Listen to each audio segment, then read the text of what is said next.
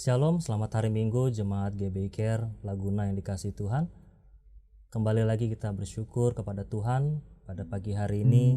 Sekali lagi saya mau katakan salam sehat buat kita semua, karena kita semua boleh ada sampai hari ini karena penyertaan Tuhan. Dijauhkan dari wabah COVID-19 dan tetap dalam perlindungan yang maha kuasa.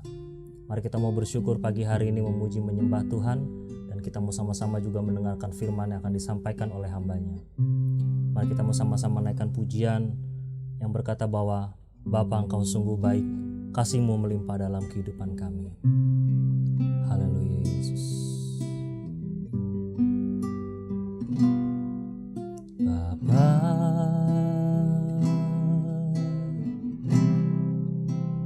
Engkau sungguh baik, kasih-Mu melimpah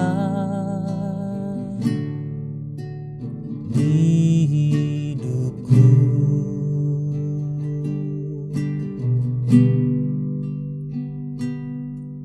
Bapa,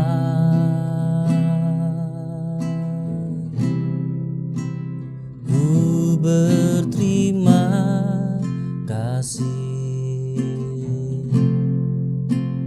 berkat-Mu hari ini yang Kau sediakan bagiku.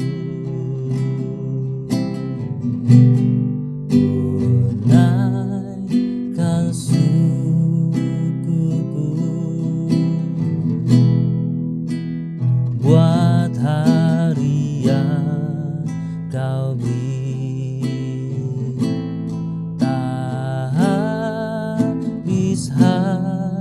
Habisnya kasih dan rahmat-Mu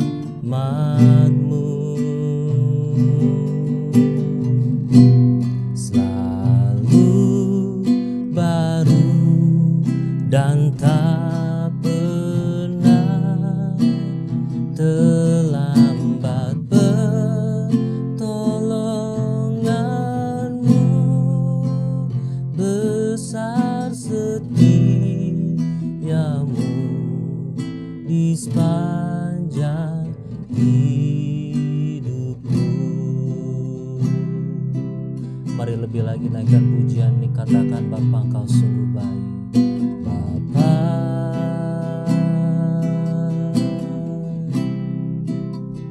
Engkau sungguh baik, kasih-Mu melimpah di hidupku.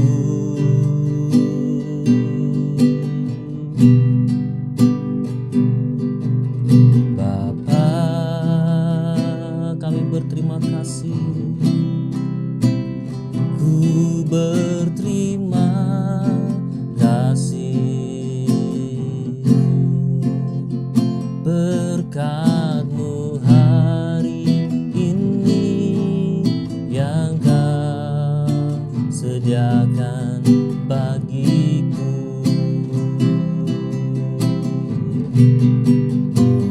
Naikkan syukurku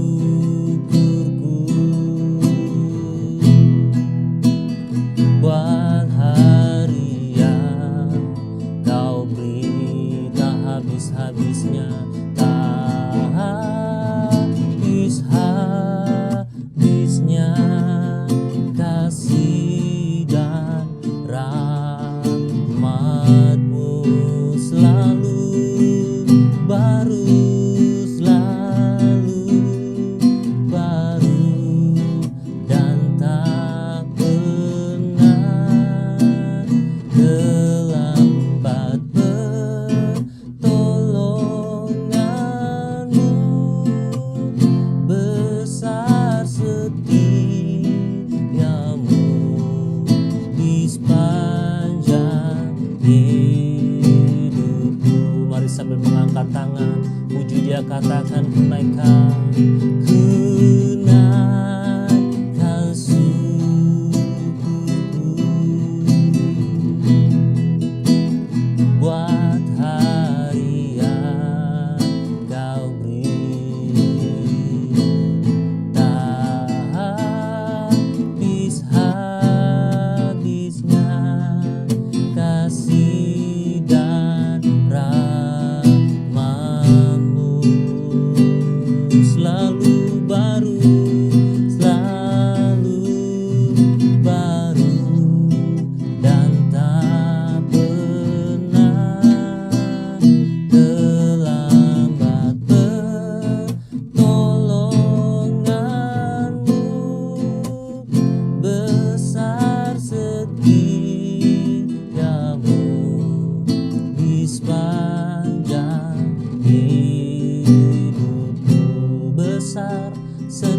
setiamu,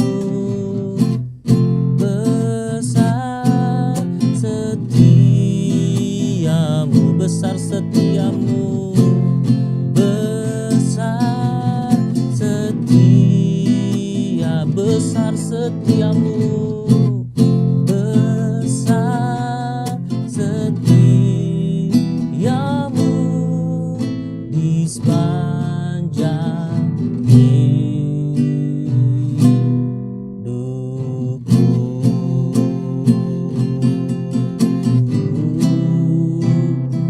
Haleluya,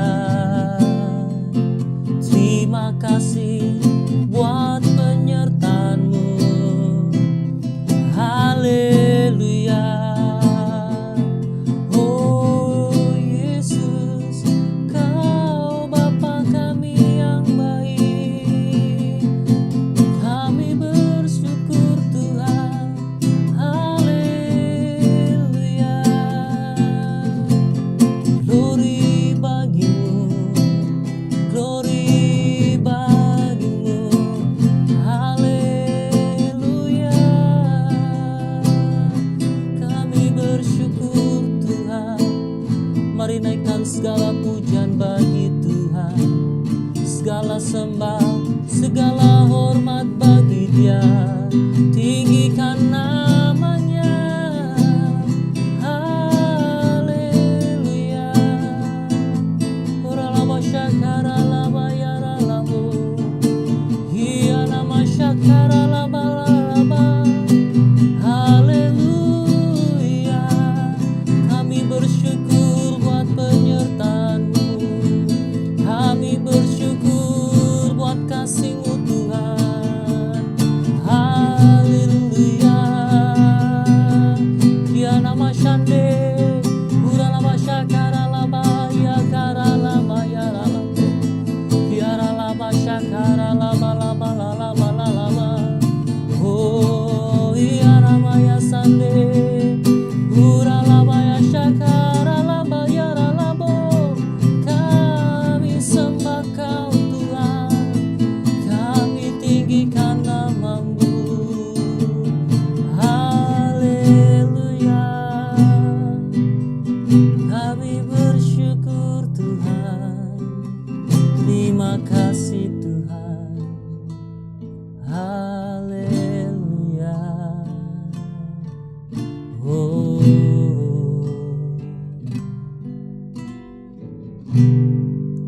Ku naikkan syukurku buat hari yang Kau beri. Tak habis-habisnya kasih dan rahmat-Mu.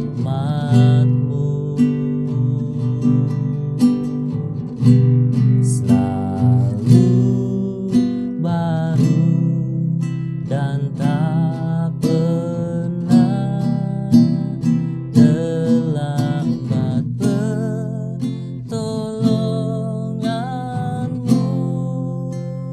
Besar setiamu di sepanjang hidupku. Besar setiamu, besar setia, besar setiamu, besar setia. Sekali lagi, besar setiamu, besar setiamu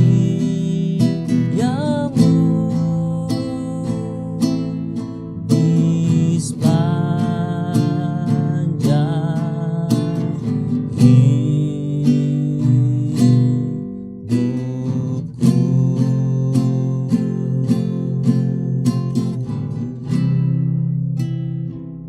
Benar Tuhan, sungguh kasih setiamu tidak pernah meninggalkan setiap kehidupan kami. Bahkan kami ada Tuhan saat ini boleh memuji, menyembah Engkau, meninggikan nama-Mu Tuhan. Semua karena kebaikan yang Tuhan berikan dalam kehidupan kami. Kini saatnya Tuhan kami mau bersyafaat, kami mau menaikkan setiap pokok-pokok doa kami Tuhan, mulai dari bangsa kami sampai kepada gereja kami. Pertama kami mau berdoa Tuhan bagi bangsa dan negara kami Tuhan. Kami berdoa buat Indonesia Tuhan, yang saat ini sedang menghadapi wabah pandemi COVID-19 Tuhan. Kami berdoa Tuhan buat Bapak Presiden dan Wakil Presiden kami Tuhan, Bapak Jokowi dan Bapak Ma'ruf Amin Tuhan. Kiranya Tuhan berikan hikmat marifat-Mu Tuhan, bila takut akan Engkau ada dalam hati setiap beliau, sehingga beliau boleh mengambil keputusan yang terbaik Tuhan bagi bangsa ini. Setiap keputusan yang diambil Tuhan, biarlah kiranya Tuhan membuat warga bangsa ini Tuhan mendapatkan ketenangan Tuhan.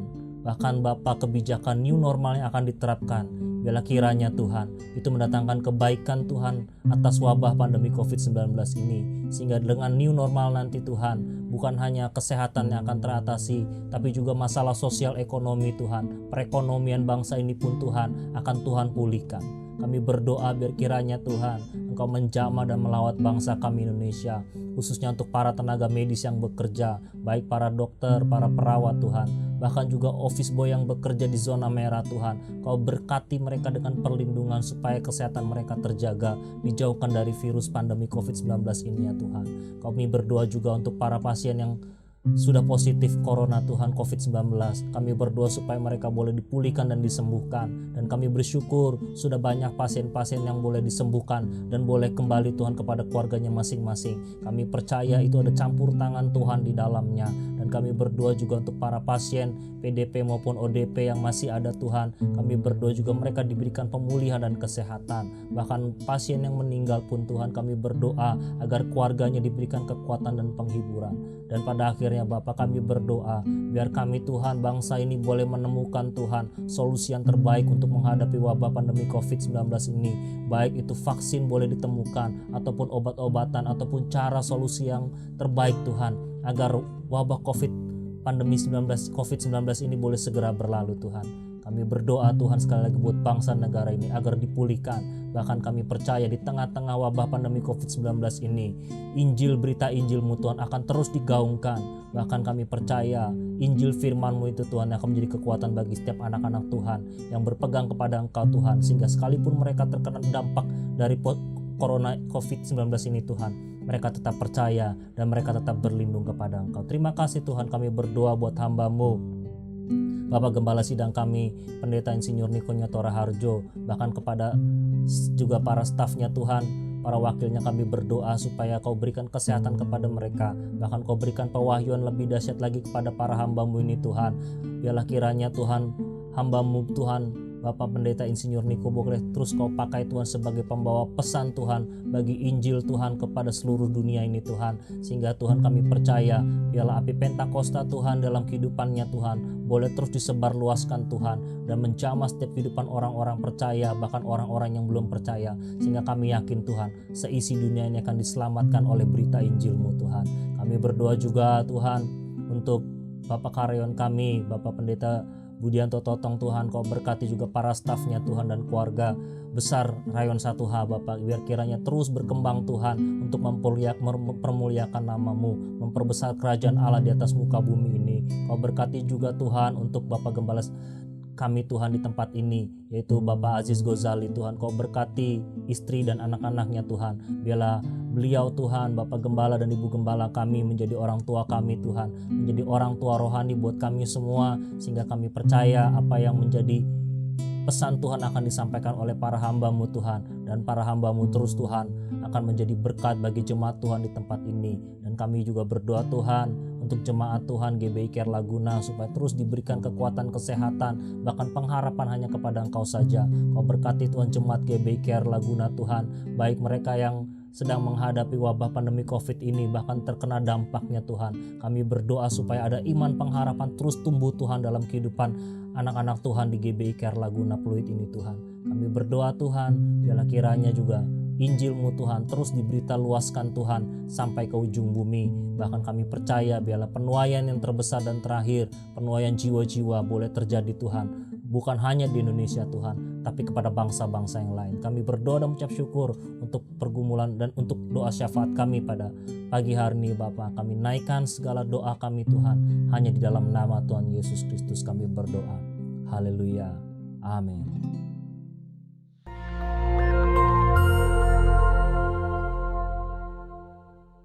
Shalom saudara sekalian, pada kesempatan kali ini kita membahas doktrin penting untuk kaum Pentakosta yaitu bahasa roh. Bahasa roh anugerah besar bagi semua murid Tuhan. Di luar sana ada banyak pertanyaan dan perbincangan mengenai bahasa roh. Dan pada kesempatan kali ini kita membahas 3 pertanyaan yang sering ditanyakan oleh jemaat. Yang pertama, apakah bahasa roh bisa dipelajari? Nah saudara, jawabannya adalah tidak. Bahasa roh tidak bisa dipelajari. Secara konsisten dalam Alkitab kita melihat orang itu harus dipenuhi oleh karunia Roh Kudus. Lalu secara otomatis mereka akan berkata-kata dalam bahasa roh. Dalam Kisah Rasul pasal 2 ayat yang keempat, maka penuhlah mereka dengan Roh Kudus. Lalu mereka mulai berkata-kata seperti yang diberikan oleh roh itu kepada mereka.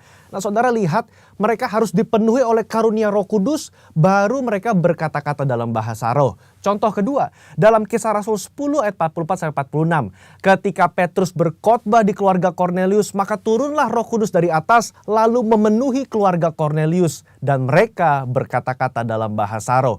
Jadi saudara, kita jelas bahwa bahasa roh itu secara otomatis diberikan langsung oleh Roh Kudus, bukan oleh manusia. Karena itu kita percaya tanda awal orang dibaptis Roh Kudus adalah dia berkata-kata dengan bahasa roh. Pertanyaan kedua, apakah orang yang tidak berbahasa roh akan masuk neraka? Jawabannya jelas tidak saudara. Kenapa? Karena urusan surga dan neraka itu mengenai keselamatan. Dan orang percaya kita selamat by grace through faith. Karena kasih karunia melalui iman. Tidak ada indikasi mengenai bahasa roh. Meskipun begitu, orang percaya akan kehilangan manfaat besar kalau mereka tidak berbahasa roh. Ada beberapa manfaat yang dijelaskan oleh Alkitab. 1 Korintus pasal 14 ayat yang keempat mengatakan begini. Mereka yang berbahasa roh sedang membangun dirinya sendiri. Kata membangun di situ menggunakan kata oikodomeo. Artinya seperti orang membangun tembok. Batu bata demi batu bata dibangun sampai menjadi tembok yang kokoh. Orang yang berbahasa roh sehari demi hari mereka berbahasa roh menguatkan manusia rohani mereka. Meskipun manusia batinia, meskipun manusia jasmani kita lemah, tetapi manusia rohani kita kuat. Dan manfaat kedua, Roma 8 ayat 26.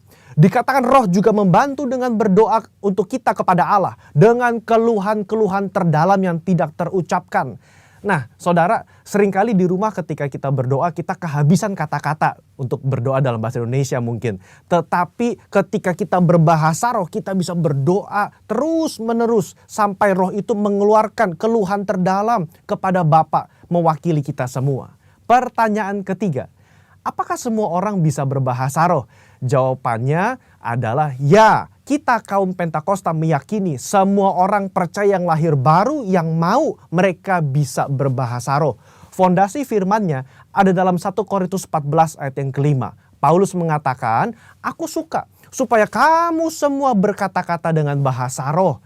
Bapak Ibu, ada kata-kata semua di situ yang artinya semua orang yang mau pasti bisa berbahasa roh. Itu pun keinginan Paulus selaras dengan janji Tuhan di Yoel 2 ayat 28-32. Pada hari terakhir aku akan mencurahkan rohku ke atas semua manusia. Dan janji Tuhan dalam Markus 16 ayat yang ke-17. Tanda-tanda ini akan menyertai semua orang yang percaya. Yaitu mereka akan berkata-kata dengan bahasa yang baru. Sekian saudara dikasih Tuhan. Tuhan Yesus memberkati.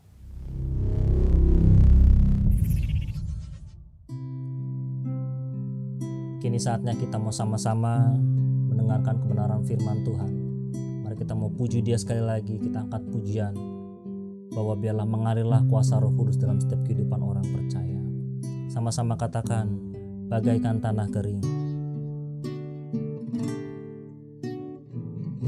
Bagaikan tanah kering yang merindukan air,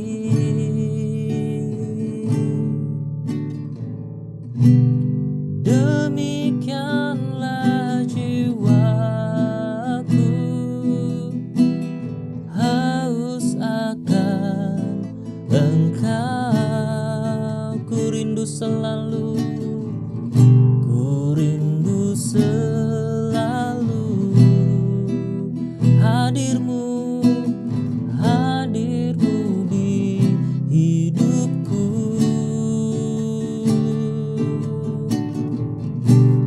Memulihkan jiwaku, hapuskan air mataku, mengalirlah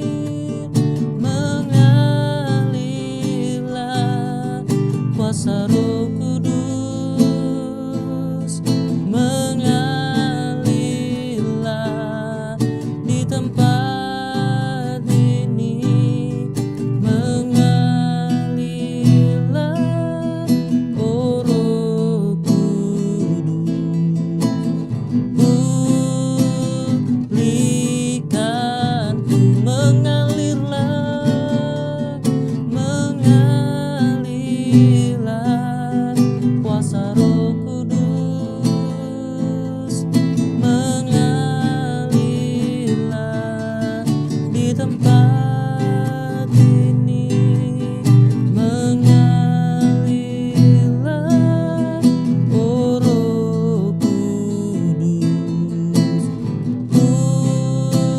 Pulihkanku, mengalirlah, oh Roh Kudus.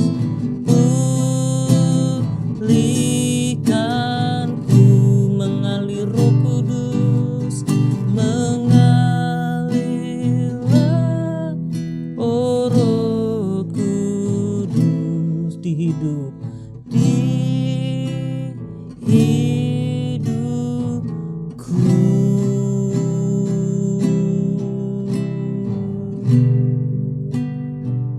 Kami berdoa Tuhan untuk kebenaran firman-Mu yang akan disampaikan oleh hamba-Mu Tuhan.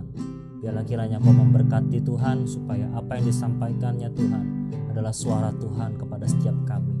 Pakai lidah bibirnya, pakai kehidupannya Tuhan untuk menjadi berkat. Dan kami berdoa Tuhan, biarlah setiap benih ilahi yang akan ditabur Tuhan, itu semuanya tertanam, bertumbuh, bahkan berkembang, berbuah Tuhan, menjadi dampak bagi banyak orang. Berkati hamba-Mu Tuhan yang akan menyampaikan kebenaran firman-Mu Tuhan. Segala kuasa intimidasi dari roh jahat, kuasa iblis Tuhan, kami patahkan kuasanya di dalam nama Yesus Kristus. Dan biar hanya otoritas daripada Roh Kudus-Mu yang boleh beracara pada saat pemberitaan firman-Mu. Berikan kami fokus hati Tuhan. Di dalam nama Tuhan Yesus Kristus kami sambut firman-Mu. Haleluya. Amin. Shalom Bapak Ibu yang terkasih dalam Tuhan Yesus Kristus. Bersyukur pada pagi hari ini kita boleh ada dalam sebuah pertemuan ibadah online. Biarlah pada pagi hari ini setiap pujian penyembahan yang sudah kita naikkan itu semua boleh menyenangkan hati Tuhan, dan kiranya itu semua boleh menjadi dupa yang harum untuk Tuhan Yesus Kristus. Mari kita tundukkan kepala sebelum kita masuk dalam kebenaran firman Tuhan. Kita berdoa sama-sama. Bapa, kami bersyukur pada pagi hari ini Tuhan Yesus, kami boleh memperingati Tuhan hari pencurahan Roh Kudus, di mana 2000 tahun lebih yang lalu Tuhan, Engkau boleh nyatakan kasih-Mu untuk 120 orang yang berada di kamar loteng Yerusalem Tuhan. Mereka boleh menerima kuasa Roh Kudus, dan hari ini Tuhan, kami percaya Tuhan, pencurahan Roh Kudus boleh terjadi di setiap kami Tuhan. Roh Kudus boleh dicurahkan bagi bangsa Indonesia, bahkan Roh Kudus dicurahkan bagi seluruh gereja-gereja yang ada di dunia Tuhan. Kami percaya Tuhan, api Roh Kudus dibakar, membakar setiap hati kami Tuhan, membuat kami semakin semangat dalam menginjil kepada Tuhan Yesus Kristus. Terima kasih Tuhan, berkati hamba-Mu yang pagi-pagi hari ini Tuhan ingin menyampaikan kebenaran firman-Mu Tuhan. Urapi hamba-Mu, urapi kami semua Tuhan yang mendengar. Kiranya kebenaran firman-Mu Tuhan menguatkan kami, membawa kami semakin mengerti akan kebenaran firman-Mu, sehingga kami boleh menjadi pelaku kebenaran firman-Mu dalam setiap kehidupan kami sehari-hari. Terima kasih Tuhan Yesus, berbicara kepada hati kami, biarlah Roh Kudus yang menolong setiap kami. Di dalam nama Tuhan Yesus kami berdoa dan bersyukur. Haleluya. Amin. Bapak Ibu, hari ini saya membawakan sebuah tema, yaitu semangat Pentakosta membakar hati setiap kita. Amin. Pak, semangat Pentakosta membakar hati setiap kita. Bapak Ibu, Pentakosta adalah 10 hari setelah kenaikan Tuhan Yesus Kristus. Dan Pentakosta adalah hari ke-50 Makanya di situ setelah kita tahu artinya gini, penta itu sebenarnya artinya adalah 50. Jadi sebenarnya kalau kita tahu 50 itu adalah berasal dari kata Yunani, angka yaitu penta. Penta itu artinya 50. Jadi Bapak Ibu sudah paham bahwa penta adalah angka 50. Bapak Ibu, Pentakosta, sebelum Pentakosta atau 50 hari sebelum Pentakosta itu adalah hari Paskah. Jadi 50 hari setelah Paskah itu baru hari Pentakosta. Nah, kenapa saya bilang kita harus mengerti dulu artinya? Karena Pentakosta dengan Paskah itu berkesinambungan. Jadi Paskah, setelah Paskah, 50 hari setelah Paskah adalah Pentakosta. Nah, kita harus mengerti dulu. Kenapa saya bilang Paskah juga akan berkesinambungan dengan Pentakosta? Jadi gini, Bapak Ibu, kita masuk dalam PL, dalam Perjanjian Lama, Paskah merupakan pertama kali Paskah ada itu di waktu pas bangsa Israel dibawa oleh Tuhan untuk keluar dari tanah Mesir. Nah, peringatan umat Israel dari Mesir itu selama 430 tahun mereka dijajah di Mesir. Mereka diperbudak di Mesir. Nah, sampai satu kali Tuhan mengutus hambanya, yaitu siapa? Musa, untuk membawa keluar bangsa Israel keluar dari Mesir. Nah, dengan 10 tulah Musa dibekali oleh Tuhan. Sampai dari tulah yang pertama sampai tulah yang ke-10. Tulah yang 10 adalah tulah, yaitu tulah apa? Tulah kematian anak sulung. Di dalam tulah kematian anak sulung ini begitu unik. Kenapa saya bilang unik? Bapak Ibu bayangkan, karena setiap anak sulung yang ada di Mesir akan dibunuh atau mati. Anak sulung yang ada di Mesir akan mati. Kecuali setiap bangsa atau umat Israel yang melakukan atau mengolesi darah anak domba di ambang pintu mereka. Jadi begitu ketika malaikat maut lewat, mereka mengolesi setiap ambang pintunya, maka malaikat maut itu tidak akan membunuh anak sulung bangsa Israel atau umat Israel. Itu adalah sebagai tanda. Jadi darah anak domba yang ditempel atau yang diolesi di ambang pintu itu adalah sebagai tanda bahwa itu adalah bangsa Israel. Jadi mereka akan dilewati oleh malaikat maut. Mereka tidak akan dibunuh anak sulungnya. Begitu juga ketika itu adalah Paskah yang pertama. Makanya itu disebut dengan Passover. Artinya dilewati. Nah, di dalam PL pun ternyata persis Bapak Ibu. Persis sama ketika orang Israel memperingati Paskah. Yaitu Paskah waktu pas Yesus bangkit dari antara orang mati. Jadi ketika Hari Raya Paskah di dalam PL, di hari yang bersamaan juga, yaitu hari di mana Yesus bangkit dari antara orang mati.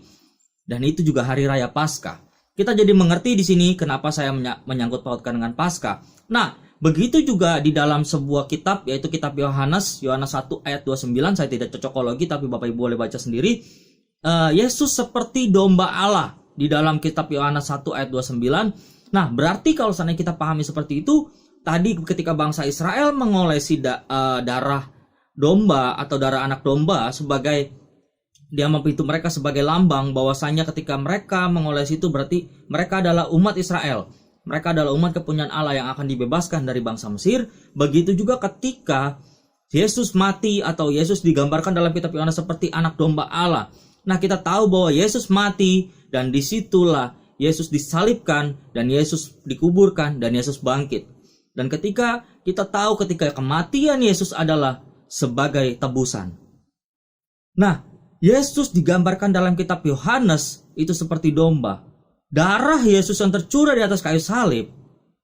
Begitu juga sebaliknya. Ketika kita percaya bahwa kematiannya yang adalah darah penebusan bagi setiap dosa kita. Harusnya kita percaya dan kita yakini itu sebagai orang-orang percaya. Kita yakin bahwa Yesus adalah yang mati itu untuk menebus dosa kita.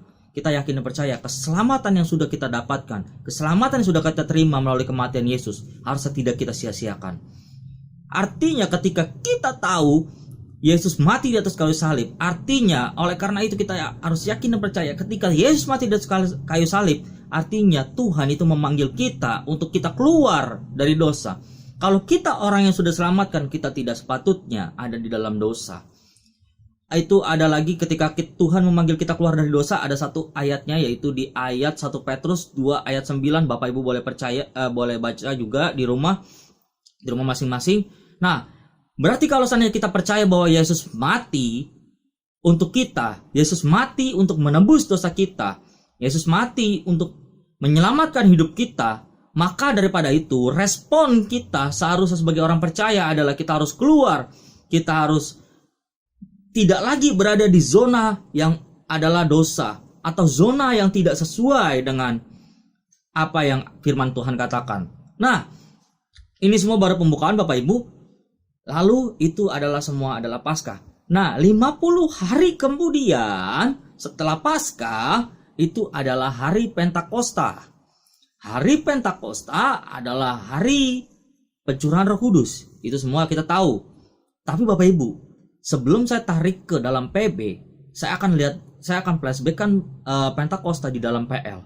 Nah, 50 hari waktu mereka keluar dari tanah Mesir, bangsa Israel keluar dari tanah Mesir, mereka berada di Gunung Sinai. Mereka ada di Gunung Sinai dan mereka menyembah Tuhan untuk pertama kali di sana. Mereka beribadah kepada Tuhan di Gunung Sinai. Nah, Bapak Ibu, ternyata itu 50 hari sewaktu mereka keluar dari tanah Mesir, dan itu diperingati sebagai Pentakosta yang pertama, yaitu apa? Turunnya hukum Taurat atau 10 perintah Allah. Itu adanya di Keluaran 20, saya bacakan untuk kita semua. 10 hukum Tauratnya itu. Yang pertama, jangan ada padamu Allah lain di hadapanku. Yang kedua, jangan membuat bagimu patung yang menyerupai apapun yang ada di langit, di bumi, dan di dalam bumi. Yang ketiga, jangan menyebut nama Tuhan Allahmu dengan sembarangan. Yang keempat, ingat dan kuduskanlah hari Sabat. Yang kelima, hormatilah ayah dan ibumu. Yang keenam, jangan membunuh. Yang ketujuh, jangan berzina. Yang kedelapan, jangan mencuri. Yang kesembilan, jangan mengungkapkan saksi dusta tentang sesamamu. Yang kesepuluh, jangan mengingini rumah sesamamu. Jangan mengingini istrinya atau apapun yang menjadi milik sesamamu. Bapak Ibu, Pentakosta yang pertama kali itu adalah ketika hukum Taurat turun di Gunung Sinai. Mereka keluar, bangsa Israel keluar dari tanah Mesir 50 hari. Dan di hari ke-50 itu mereka beribadah kepada Tuhan di Gunung Sinai. Dan saat itu Tuhan meneguhkan bangsa ini dengan menuntun bangsa ini juga dengan 10 hukum Taurat. Yaitu tadi saya bilang ada di Keluaran 20. Nah, ketika mereka masuk, yang kedua Bapak Ibu, Pentakosta yang kedua, itu adalah ketika mereka berada di padang gurun dan mereka masuk ke tanah perjanjian, hidup mereka sudah bahagia, hidup mereka sudah tenang. Mereka mulai bercocok tanam. Mereka bercocok tanam dan mereka panen. Setelah mereka bercocok tanam dan mereka panen.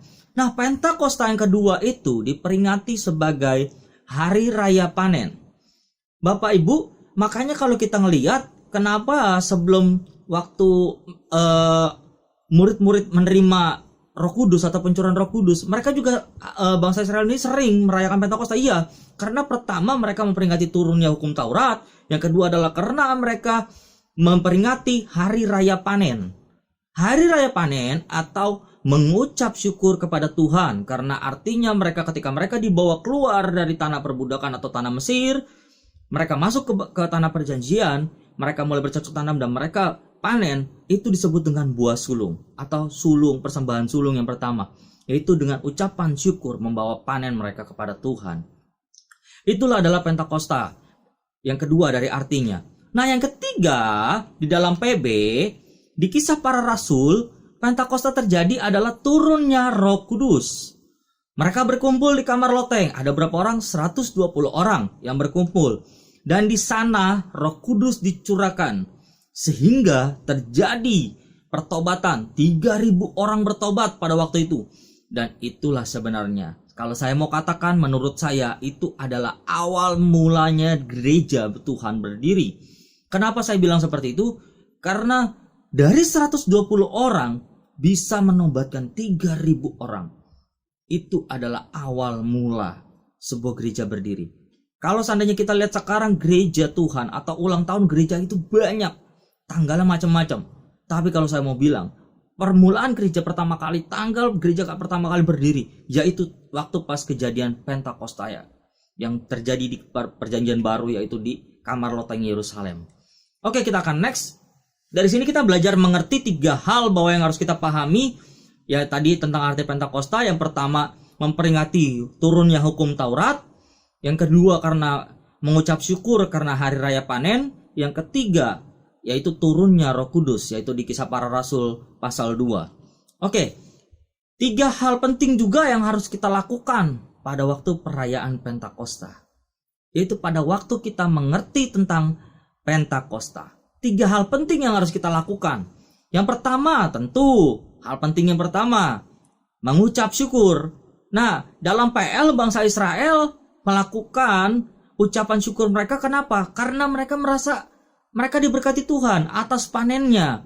Nah, kalau seandainya diberkati Tuhan atas panennya, sungguh udah biasa itu mengucap syukur. Orang ketika banyak uang, mereka akan mengucap syukur. Iya, sudah biasa. Nah, bagaimana dengan kita saat ini? Bagaimana dengan kehidupan kita saat ini? Ya sudah sepatutnya Bapak Ibu, kita mengucap syukur kepada Tuhan. Kenapa? Karena penyertaan Tuhan sempurna atas hidup kita. Pertolongan Tuhan sempurna atas hidup kita. Sekalipun di tengah kondisi wabah saat ini, di tengah kondisi COVID-19 saat ini, saya yakin penyertaan Tuhan, perlindungan Tuhan sempurna atas hidup kita. Kenapa saya bilang seperti itu? Kita akan lihat di satu ayat, yaitu di Ibrani pasal 13 ayat 15. Ibrani 13 ayat 15. Kita akan lihat satu surat ini, Ibrani 13 ayat 15. Sebab itu marilah kita oleh Dia senantiasa mempersembahkan korban syukur kepada Allah, yaitu ucapan bibir yang memuliakan namanya. Kita harus tetap mengucap syukur. Kenapa? Karena kasih setia Tuhan. Bapak Ibu, ucapan syukur pada zaman saat ini dicenderung kita lakukan di dalam ibadah. Ibadah adalah sebuah tempat di mana kita mampu mengekspresikan ucapan syukur kita kepada Tuhan. Melalui apa? Pujian penyembahan. Melalui apa? Melalui doa kita, melalui nyanyian, melalui kidung-kidung pujian yang kita naikkan untuk memuliakan nama Tuhan. Itu adalah suatu ucapan syukur kita kepada Tuhan. Itu adalah satu gambaran rasa syukur kita yang kita ungkapkan kepada Tuhan di dalam ibadah kita.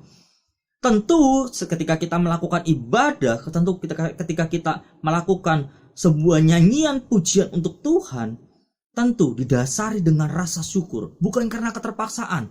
Maka daripada itu saya sarankan ketika kita beribadah hari Minggu, ketika kita memuji menyembah Tuhan, lakukan semua itu dengan dasar kita mengucap syukur. Kenapa? Karena Tuhan sudah menyertai kita. Tuhan sudah menolong setiap langkah kehidupan kita. Itu yang pertama Bapak Ibu, yang harus kita lakukan pada waktu perayaan Pentakosta. Yang kedua adalah ketika menerima Taurat. Nah, Pentakosta juga diperingati atau hari peringatan turunnya hukum Taurat tadi yang saya bilang. Nah, hukum Taurat ini adalah firman Tuhan. Kalau kita sudah tadi di yang pertama saya bilang mengucap syukur dalam ibadah. Nah, kalau yang kedua ini saya bilang Pentakosta juga diperingati di dalam PL oleh bangsa Israel, yaitu hukum Taurat turun atas mereka, yaitu 10 hukum Taurat untuk menuntun mereka. Kalau zaman sekarang, kalau saya mau aplikasikan adalah kita bukan hanya datang ibadah atau PPW saja atau nyanyi-nyanyi saja, itu sudah cukup. Enggak cukup Bapak Ibu. Yang kedua yang saya mau tekankan di sini adalah firman Tuhan. Kita harus benar-benar sungguh-sungguh mengerti dan melakukan kebenaran firman Tuhan. Kenapa? Dalam ibadah kalau hanya pujian penyembahan saja, menurut saya itu kurang lengkap. Ibaratnya kalau kita makan sayur, itu sayurnya sudah lengkap tapi nggak ada rasanya, nggak ada bumbunya, semua jadi hambar. Kalau kita mau ngomong lebih ininya lagi, ibadah tanpa firman Tuhan itu rasanya cuman praise and worship saja, tapi tidak ada satu sentuhan, satu hal yang ngegigit yang mampu membangun kita. Bukan berarti beribadah boleh dong tanpa PPW, enggak juga. Intinya yang terpenting juga adalah saling menyeimbangkan. PPW boleh, terus juga firman Tuhan juga harus kuat.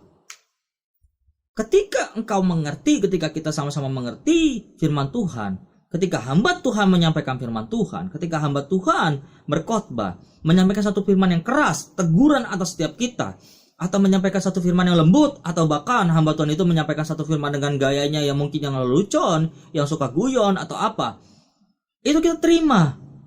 Tapi Bapak Ibu, saya sarankan, ketika kita beribadah pada hari Minggu, ketika kita mendengarkan firman Tuhan pada hari Minggu, jangan hanya mendengarkan firman Tuhan di hari Minggu. Jangan hanya membuka firman Tuhan pada hari Minggu. Kenapa saya bilang seperti itu? Bapak Ibu, Pentakosta tadi saya bilang, yang pertama adalah karena mereka merayakan panen. Yang kedua adalah karena mereka menerima hukum Taurat. Bapak Ibu, hukum Taurat artinya ketika kita hari ini merayakan Pentakosta, harusnya kita mengerti. Yang pertama tadi kita belajar tentang merayakan panen, artinya mengucap syukur. Yang kedua, menerima Taurat, artinya kita harus belajar tentang firman Tuhan secara sungguh-sungguh.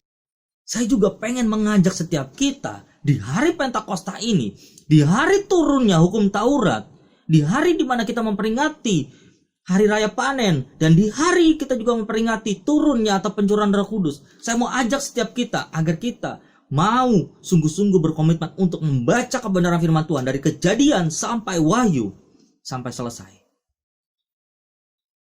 Gak mudah Bapak Ibu, berat.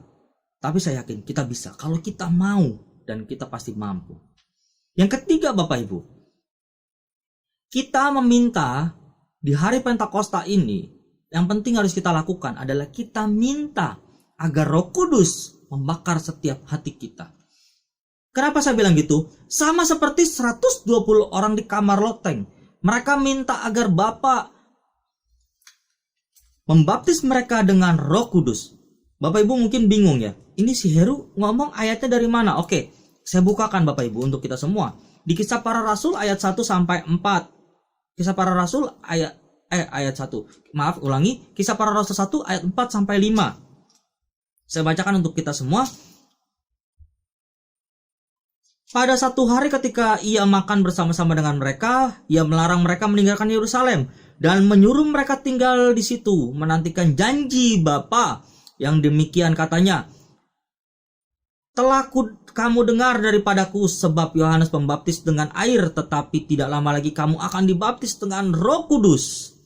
Di sini ada kata menantikan janji Bapa. Bapak Ibu, 120 orang di poin yang ketiga ini kita belajar. Mereka menantikan Roh Kudus. Mereka menantikan baptisan Roh Kudus.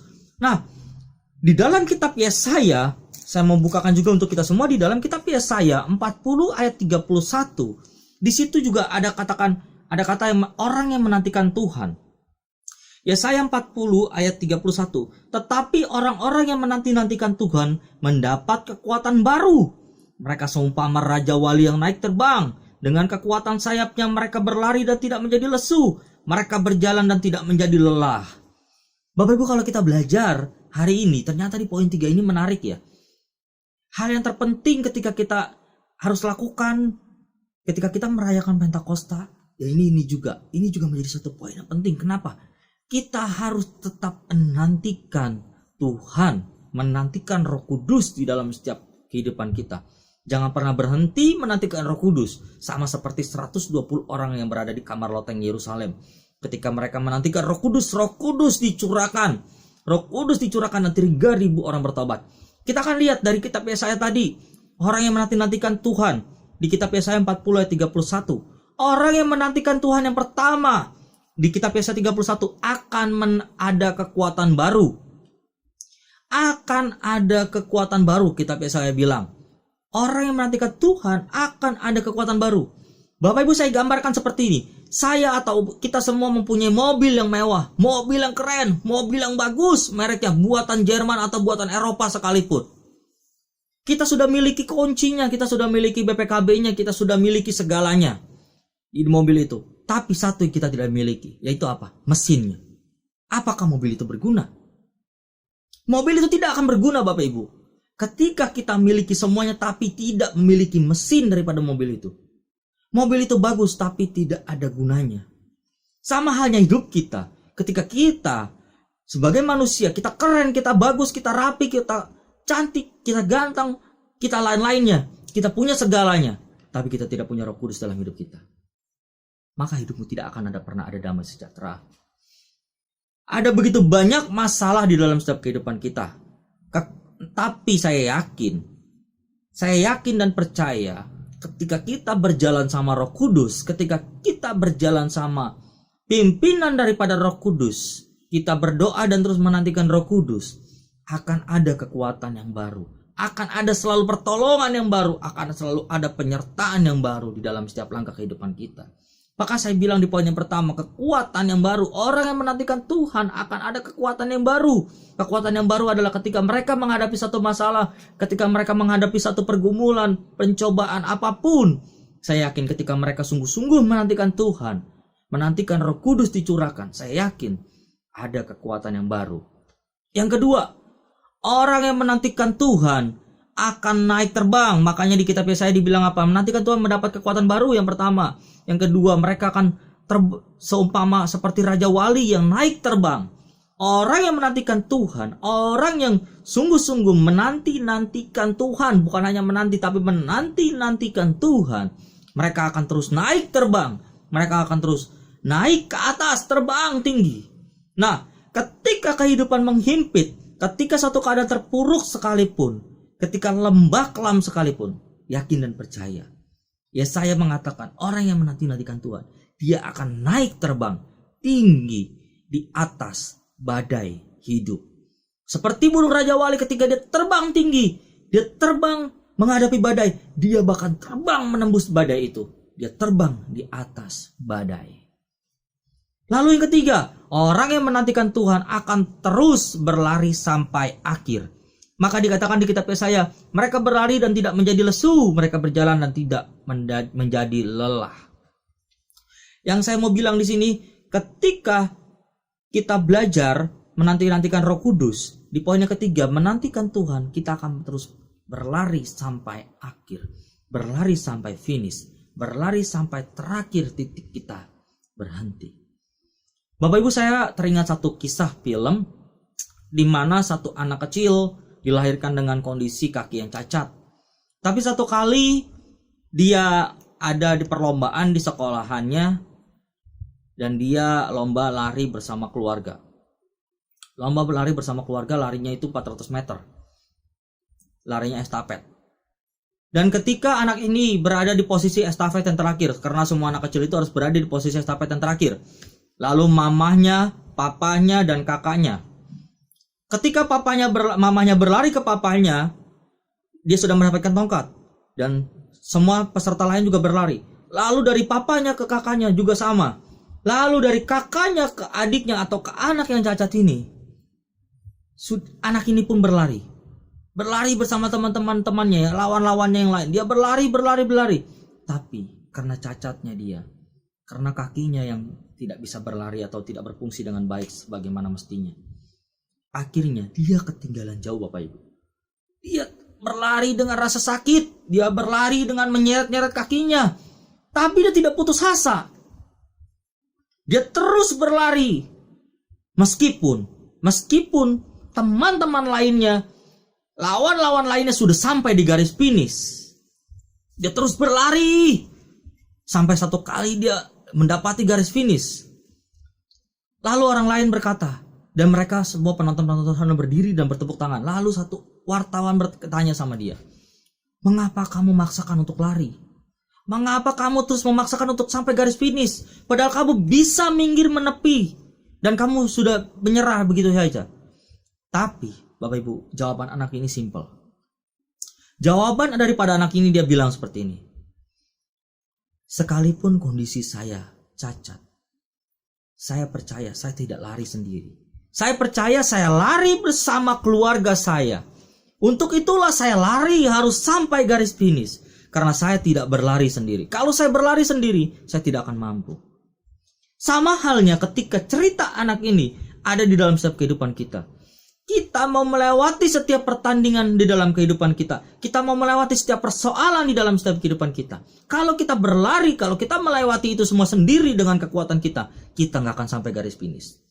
Tapi kita percaya ketika kita lewati itu sama Tuhan, ketika kita lewati itu sama Roh Kudus, kita mampu menyelesaikan semuanya sampai garis finish, sampai akhir pertandingan kita. Baik, kita akan masuk dalam khotbah saya pada pagi hari ini. Itu semua baru pembukaan Bapak Ibu. Kita masuk dalam Kisah Para Rasul 2 ayat 2. Kita buka Alkitab kita sama-sama, Kisah Para Rasul 2 ayat 2. Saya akan bacakan di ayat 1-nya terlebih dahulu. Temanya adalah Pentakosta. Ketika tiba hari Pentakosta, semua orang percaya berkumpul di satu tempat. Di ayat 2, tiba-tiba turunlah dari langit satu bunyi seperti tiupan angin keras yang memenuhi rumah di mana mereka duduk. Di ayat 2 dulu ya, kita akan satu pelan-pelan.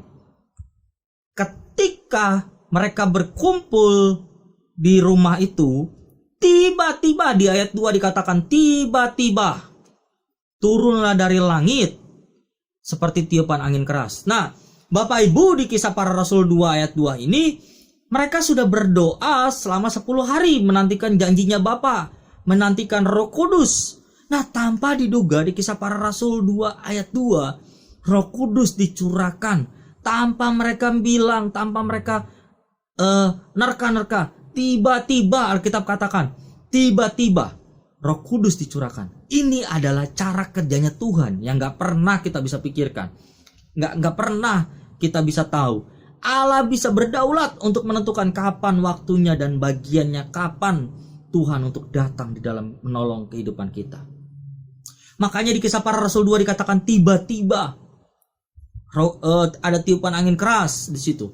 Bapak Ibu, kita akan bahas pada pagi hari ini tentang kata-kata ini sekata demi kata, tapi saya mau kasih sebuah ilustrasi untuk kita pada pagi hari ini. Ketika mereka murid-murid 120 orang berdoa di kamar loteng selama 10 hari menantikan Roh Kudus yang dicurahkan, mereka ini ibaratnya seperti kita. Kita harus tetap menantikan Roh Kudus. Sekalipun kita nggak tahu waktunya kapan datangnya, meskipun sudah di hari ke-10 kita nggak tahu itu datangnya Roh Kudus itu mau pagi, siang, sore atau malam, tapi kita harus tetap menantikan Tuhan. Kita harus tetap menantikan Roh Kudus agar kita selalu dibakar oleh apinya. Ilustrasinya adalah pada pagi hari ini saya mau bawakan adalah di kitab Matius 22 ayat 1-13, yaitu kisah tentang 5 gadis bijaksana dan 5 gadis yang bodoh. Dalam menantikan Tuhan, di dalam menantikan tuannya di 5 gadis bijaksana dan 5 gadis bodoh ini, di dalam menantikan tuannya, 5 gadis bijaksana ini membawa lampion atau lampu. Mereka membawa minyak cadangan. Tetapi 5 gadis yang bodoh, mereka hanya membawa lampunya saja. Mereka tidak membawa minyaknya. Mereka tidak memiliki satu kesiapan. Mereka menanti tuannya datang, tapi mereka tidak memiliki kesiapan. Sehingga kapan tuannya datang mereka nggak tahu. Apakah mungkin tuannya dalam perjalanan kena macet atau kenapa, mereka nggak tahu. Mereka hanya taunya, oh jam sekian tuannya datang, kira-kira minyak segini cukup, nggak perlu bawa cadangan. Tapi 5 gadis yang bijaksana ini tidak putus, tidak pernah berpikir seperti 5 gadis bodoh ini. Dia membawa minyak cadangannya. Sama halnya kisah kehidupan kita. Kalau kita menantikan Tuhan, kalau kita menantikan Roh Kudus dicurahkan di dalam setiap kehidupan kita, maka jangan pernah berhenti menantikannya. Terus siapkan minyak di dalam kehidupan kita. Terus jangan berhenti berdoa sama Tuhan, minta agar Roh Kudus dicurahkan, minta agar kekuatan baru kita bisa dapatkan, minta agar kemampuan, hikmat daripada Roh Kudus untuk kita bisa dapat melewati setiap kehidupan kita. Nah, seringkali kita melakukan hal yang salah. Kita berpikir, Tuhan kok lama datangnya untuk menolong hidup kita, Tuhan kok lama datangnya untuk menolong setiap persoalan kita. Lalu kita mulai tertidur dan kita lupa bahwa kita harus tetap menantikan Tuhan. Seringkali kita menjadi seperti 5 gadis yang bodoh tadi. Kenapa? Karena kita berpikirnya, ini Tuhan kok lama nolongnya, Tuhan kok lama datangnya. Kita hanya berpikir seperti itu. Tapi kita tertidur dan kita lupa. Tapi seharusnya kita jadi 5 gadis yang bijaksana, yang terus menantikan tuannya datang, sekalipun waktunya nggak tahu kapan. Baik Bapak Ibu, di pasal 2 ayat 2, Roh Kudus saya mau katakan dalam tafsiran saya, itu pertama kali disimbolkan seperti angin. Seperti angin, maka di situ dikatakan Tiba-tiba turunlah dari langit satu bunyi seperti tiupan angin keras. Angin itu dalam bahasa tafsiran itu ruah. Ruah itu artinya roh. Nah, Bapak Ibu, saya mau kasih sebuah gambaran. Adakah di antara kita yang pernah tahu angin atau warna angin? Atau ada yang pernah tahu angin itu datangnya dari mana? Atau angin itu perginya kemana? Adakah yang pernah bisa menangkap angin? Nah, gambarannya mungkin seperti ini. Mungkin kalau dijawab sama jemaat yang agak nyeleneh akan jawabnya seperti ini. Saya tahu kok Pak warnanya angin. Warnanya angin itu adalah merah.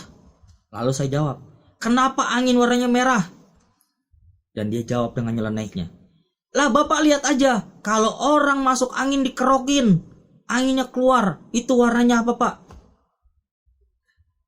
Bukan angin itu yang saya maksudkan. Angin kita tidak pernah bisa tahu warnanya apa. Angin kita tidak pernah tahu datangnya dari mana atau perginya kemana. Tapi Bapak Ibu di rumah boleh sama-sama seperti saya pada pagi hari ini mengambil sebuah kertas, mengibaskannya ke pipi. Ada angin? Ada angin yang dirasakan? Ya, itulah angin.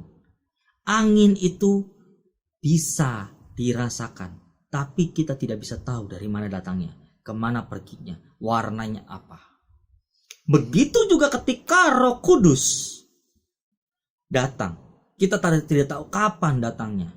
Justru kita harus tetap nantikan Roh Kudus datang, Roh Kudus dicurahkan dalam kehidupan kita. Karena kita yakin dan percaya, ketika Roh Kudus datang dalam kehidupan kita, Roh Kudus mampu mentransformasikan hidup kita dari hidup yang lama diubahkan menjadi hidup yang baru, sehingga hidup kita menjadi diperbaharui. Kenapa saya bilang seperti itu? Banyak orang-orang yang saya kenal jahat. Banyak orang-orang yang saya kenal dulunya hidupnya hancur, dulunya hidupnya gak benar, dulunya hidupnya rusak. Tapi ketika dia dilawat oleh Roh Kudus, hidupnya berubah. Maka saya bilang yang pertama, Roh Kudus mampu mentransformasikan kehidupan seseorang. Seperti halnya murid-murid yang terjadi di Kamal Loteng.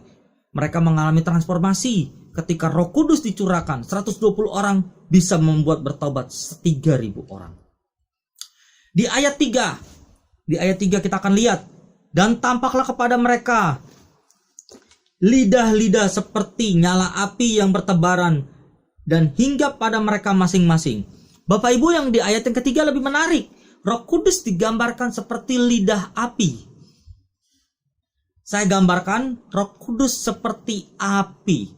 Gambaran seperti api berarti yang ketiga di ayat 3 ini, gambaran bahwa Roh Kudus mampu menghancurkan atau menghanguskan, menghapuskan dosa-dosa yang lama di dalam setiap kehidupan kita. Ayatnya ada di mana Bapak Ibu? Yesaya 4 ayat 4. Nanti Bapak Ibu boleh baca. Di ayat 3 juga dikatakan Roh Kudus mampu digambarkan seperti api. Saya mau kasih tahu, api adalah sebuah gambaran power, sebuah kekuatan. Bapak Ibu, kalau seandainya saya mau kasih sebuah ilustrasi seperti ini. Ketika saya menonton sebuah film perang atau sebuah film kungfu, saat pasukan A dan pasukan B berperang, atau negara A, dinasti A dengan dinasti B berperang, tentu ada ketuanya, tentu ada masternya. Nah, master sama master ini nggak akan turun lebih dulu, dia akan turun belakangan. Lalu yang kecil-kecil ini akan berperang, body atau tubuh dengan tubuh, mereka akan berperang. Lalu yang master, ketika masternya turun, dia berperang tapi tidak dalam jarak dekat. Cukup dengan jarak jauh dia putar-putar, yang keluar adalah sebuah sinar atau sebuah api, dan dia dorong. Ketika dia dorong, itu adalah tenaga dalam, dan orang mental, orang bisa muntah darah dalam sekejap. Itu adalah tenaga dalam. Api atau power yang saya gambarkan yang kedua di dalam ayat 3 tadi adalah, tapi orang percaya tidak punya tenaga dalam, tapi orang percaya punya yang namanya kuasa di dalam dirinya, power di dalam dirinya dari Roh Kudus. Kalau orang kungfu tadi punya tenaga dalam, tapi saya nggak tahu itu kuasanya dari mana. Tapi setiap orang yang percaya punya power, punya tenaga dalam dari Roh Kudus.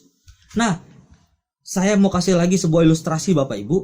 Kenapa saya bilang kita sebagai orang percaya punya tenaga dalam? Kita sebagai orang percaya punya kuasa dalam dari Roh Kudus. Saya teringat ketika saya pergi mendoakan sebuah rumah bersama, kayaknya seperti waktu itu saya ingat dengan Tante Christine, Tante Koni dan siapa waktu masih di Ruko, bersama dengan almarhum Pendeta Muda Daniel Kristanto. Kita waktu itu ngedoain rumah di Golf di Pik 2. Saya lupa di rumahnya siapa, tapi satu rumah yang cukup bagus, cukup mewah. Singkat cerita di situ ada gangguan, katanya ada gangguan makhluk halus. Tapi saya bukan tipe orang yang seperti itu, yang percaya dengan seperti itu. Tapi saya percaya akan keadaannya setan. Saya percaya dengan keadaannya iblis, keberadaannya iblis. Nah, singkat cerita kita doa dan kita memuji menyembah Tuhan, mulai kita peperangan rohani di situ. Mau ketika pujian dinaikkan, awal-awalnya kita semua nyanyi dan kita semua menyembah Tuhan. Ruangan di sana sangat dingin Bapak Ibu. Sangat dingin karena ruangan itu ber-AC. Rumahnya kaya, orang kaya lah. Saya katakan rumah di Golf itu di Pik 2 itu nggak mungkin. Orang yang rumahnya cuma 800 juta nggak mungkin. Itu pasti rumahnya sudah MM-an. Ruangannya ber-AC. Ketika ruangan itu ber-AC, otomatis semuanya menjadi dingin. Tapi ketika kami berdoa, saya di sebelah saya ada almarhum Pendeta Daniel. Saya berdiri, saya duduk pas di samping pintu. Jadi ini pintu dan saya di sini dan almarhum di sebelah sini. Singkat cerita, ruangan yang begitu dingin berubah jadi panas. Dan pintu kamar, ini adalah pintu kamar. Di dalamnya adalah kamarnya ber-AC juga. AC-nya sudah dinyalakan dari sore, tentu sangat dingin. Pintu kamar ini akhirnya dibuka. Ketika pintu kamar ini dibuka, tambah dingin ruangannya harusnya. Ketika ruangannya dingin, namun satu hal yang ajaib terjadi Bapak Ibu. Ketika saya merasakan pertama kali pintu itu dibuka, memang hawanya dingin. Ketika pujian dinaikkan begitu kuat, penyembahan dinaikkan begitu kuat, ruangan itu berubah jadi panas. Ruangan di dalam berubah jadi panas. Dan saya duduk di pinggir, almarhum berduduk di pinggir. Ketika almarhum duduk di pinggir, saya duduk di pinggir. Saya berpikir hanya saya yang merasakan. Jadi ketika saya berpikir saya yang merasakan, saya hanya melek. Dan saya nengok ke samping ke almarhum. Saya bertanya. Saya nengok ke samping dan almarhum bertanya. Almarhum Pak Daniel bertanya sama saya, "Kamu ngeliat, Ru?" Dan saya bilang, "Saya manggut saja, saya lihat." Saya nggak tahu almarhum yang almarhum maksudkan saya lihat itu apa. Tapi yang saya lihat adalah sebuah tangan berbulu panjang menabrak muka saya dan masuk ke dalam ruangan itu. Ruangan itu berubah menjadi panas. Ruangan itu berubah jadi panas. Lalu singkat cerita saya dan Pak almarhum Pak Daniel Kristanto masuk ke dalam ruangan itu. Dan ketika saya masuk ke dalam, kami berdoa. Dan ketika kami berdoa, Tuhan menunjukkan sesuatu. Ternyata makhluk-makhluk seperti itu suka dengan benda-benda.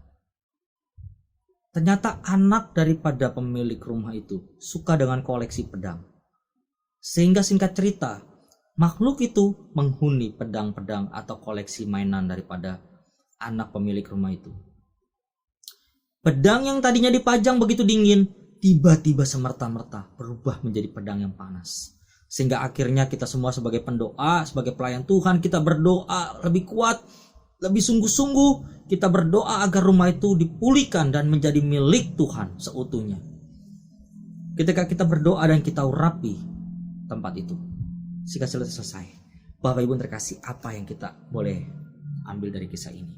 Sebagai anak Tuhan, kita dimampukan, diberikan kuasa, diberikan power, diberikan kekuatan dari dalam melalui kuasa Roh Kudus. Untuk itu yang kedua, saya gambarkan di ayat 3 tadi. Roh Kudus digambarkan seperti lidah api adalah Roh Kudus yang memberikan power, memberikan kekuatan. Yang pertama, Roh Kudus mampu menghancurkan, menghapuskan dosa kehidupan lama kita. Yang ketiga Bapak Ibu, saya langsung percepat saja. Di Kisah Para Rasul 2 ayat 4 dan 11. Nanti Bapak Ibu boleh baca selanjutnya. Nah, di sebuah perikop ini tentang Pentakosta, mereka sudah dicurahkan oleh Roh Kudus dan mereka semua berbahasa dengan bahasa lain atau berkata-kata dengan kata-kata yang lain. Saat itu ada dari beberapa mereka, dari orang-orang Partia, Media, Elam, Mesopotamia, Yudea, dan Kapodikia, Pontus, dan Asia. Banyak yang lainnya lagi. Mereka bingung, mereka tercengang. Kok bisa orang-orang itu kok menyembah Tuhan, memuji Tuhan, memuliakan Tuhan di dalam bahasa kita? Padahal mereka bukan orang berasal dari negara-negara kita. Mereka orang-orang lain. Ketika Roh Kudus dicurahkan, ketika Roh Kudus hadir di dalam hidup kita, orang yang tidak percaya Tuhan Yesus akan melihat Yesus melalui kehidupan kita. Karena kita terus mempermuliakan Allah. Ketika kita mempermuliakan Allah, saya yakin dan percaya orang lain akan bertobat dengan sendirinya. Karena saya percaya pekerjaan Roh Kudus begitu ajaib, pekerjaan Roh Kudus begitu indah, pekerjaan Roh Kudus begitu tidak terduga oleh setiap pikiran kita.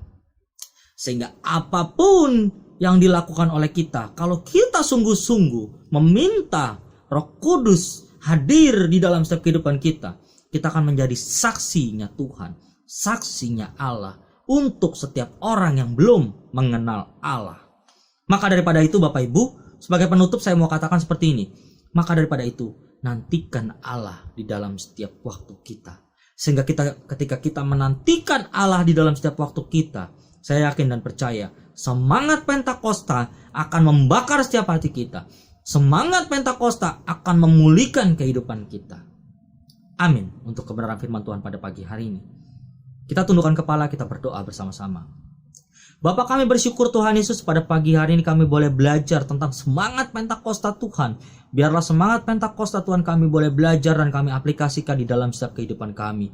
Kami menjadi pelaku kebenaran Tuhan, kami mengerti akan firman Tuhan, bahwa Pentakosta yang pertama Tuhan terjadi adalah ketika hukum Taurat di Tuhan diturunkan di Gunung Sinai.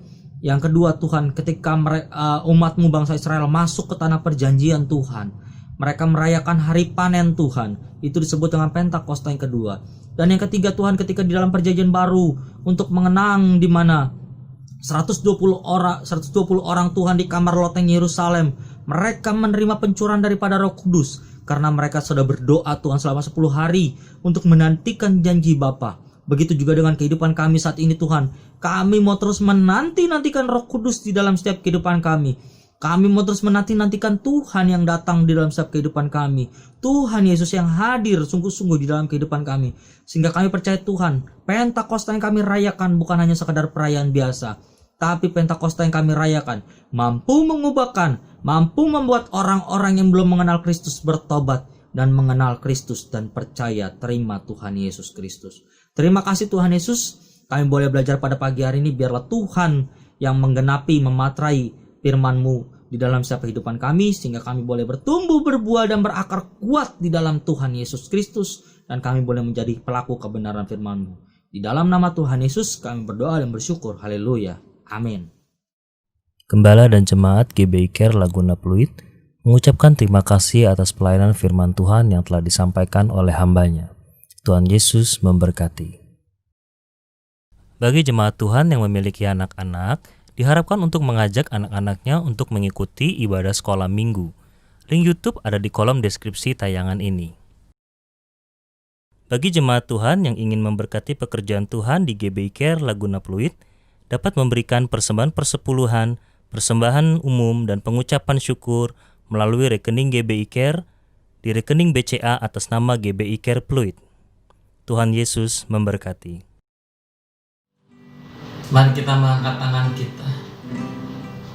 Umat yang dikasih Tuhan, terimalah berkat sukacita damai sejahtera, kasih karunia yang begitu besar daripada Allah Bapa yang telah diberikan kepada kita masing-masing melalui anak yang tunggal, yaitu Tuhan kita Yesus Kristus, di dalam pertolongan, penghiburan, dan persekutuan dengan Roh Kudus menyertai kita pada saat ini, bahkan sampai Tuhan datang menjemput kita di awan-awan, bahkan sampai selama-lamanya. Mari kita yang percaya, kita katakan sama-sama, Amin.